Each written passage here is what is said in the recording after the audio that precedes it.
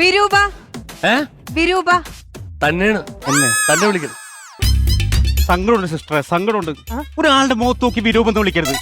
ഞാൻ ഇച്ച സൗന്ദര്യ സമ്മതിച്ച്, പക്ഷെ എടോ അതല്ല വിരൂപ, രൂപയുടെ ആളാരാണെന്ന്.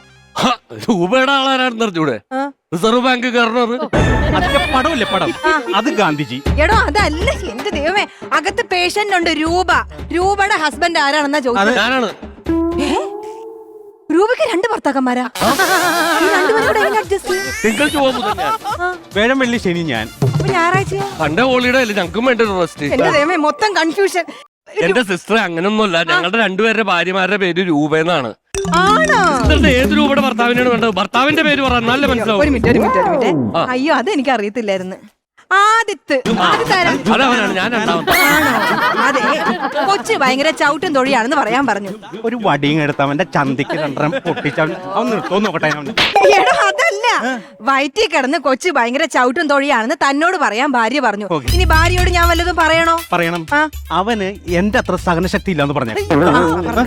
സിസ്റ്റർ, ഒന്ന് കാണേ, നമ്മുടെ കാര്യം എന്തായി?